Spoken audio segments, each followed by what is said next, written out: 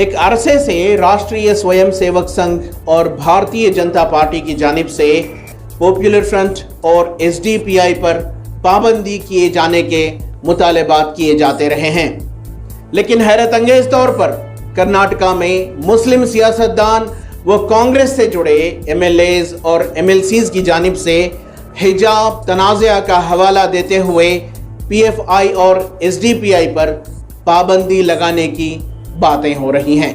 हिजाब आज से नहीं 1400 ईयर से जो भी इस्लाम आया तो उस ज़माने से हिजाब है। आज उसको हिजाब डालने के लिए कोई सिखा कर देना है क्या बात करते हैं इन लोग। एक बच्ची को हिजाब डालने के लिए कोई पॉलिटिकल पार्टी या कोई ऑर्गेनाइजेशन बचा, उनका पेरेंट्स है और उनका इंडिविजुअल राइट है। वो कोई बच्चे, बहुत सारे बच्चे कॉलेज को जाते हैं, मुस्लिम बच्चियाँ, कई लोग हिजाब डालते हैं, कई लोग नहीं डालते, तो it's in their individual right.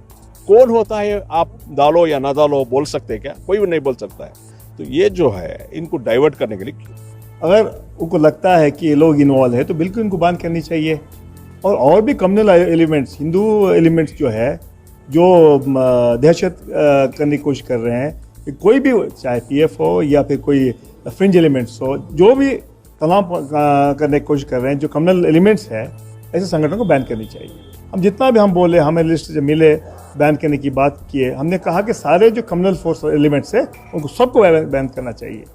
ऐसा नहीं कि सिर्फ पीएसएफआई, पीएफआई या एसडीपी नहीं है, और भी जो हिंदू ऑर्गेनाइजेशंस है जो तकलीफ पहुंचा रहे हैं, जो झगड़ा करवा रहे हैं, ऐसे लोगों को भी एक्शन लिया जाए, उनको भी बैन किया जाए।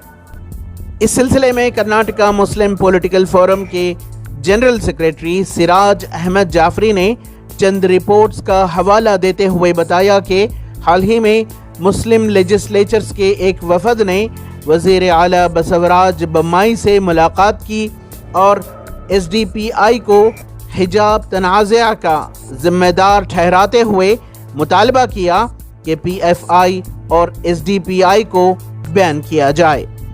सिराज अहमद जाफरी ने कहा कि कांग्रेस के नाम निहाद मुस्लिम सियासतदान और एमएलएज पीएफआई और एसडीपीआई के प्रोग्रेसिव वर्क से बौखला गए हैं और अपने सियासी करियर को बचाने के लिए पीएफआई और एसडीपीआई को निशाना बना रहे हैं।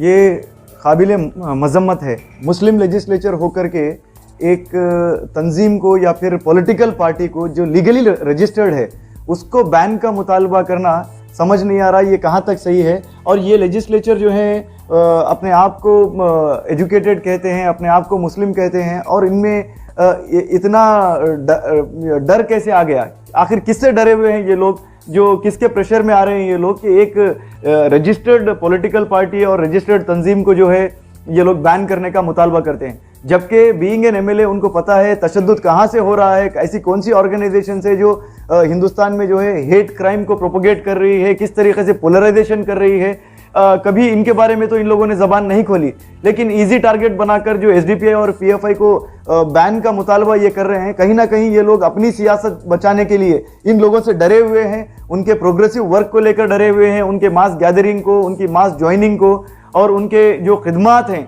उनको डरे हुए हैं। इसीलिए जो है ये आरएसएस और बीजेपी के एजेंडे को फुलफिल करने का काम ये मुस्लिम लेजिस्लेचर कर रहे हैं, जिसको हम कड़ी मजम्मत करते हैं और हम ताकीद करते हैं इन लोगों को कि ऐसे बयानबाजी से ये गुरेज करें।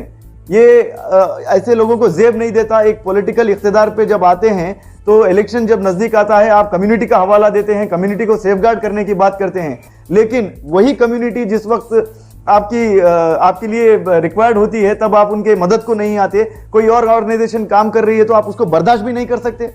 आपको इतना डर हो गया ये ऑर्गेनाइजेशन से जो अवाम के बीच में आके काम कर रही है, जिसके लिए आप बैन का मुतालबा कर रहे हैं। 2017 में येडियुरप्पा, प्रताप सिम्हा, शोभा करंदलाजे पार्लियामेंट में बैन का मुतालबा किए थे और आज आप कर्नाटका में बैन का मुतालबा कर रहे हैं। तो आप में और बीजेपी में क्या फर्क रह गया?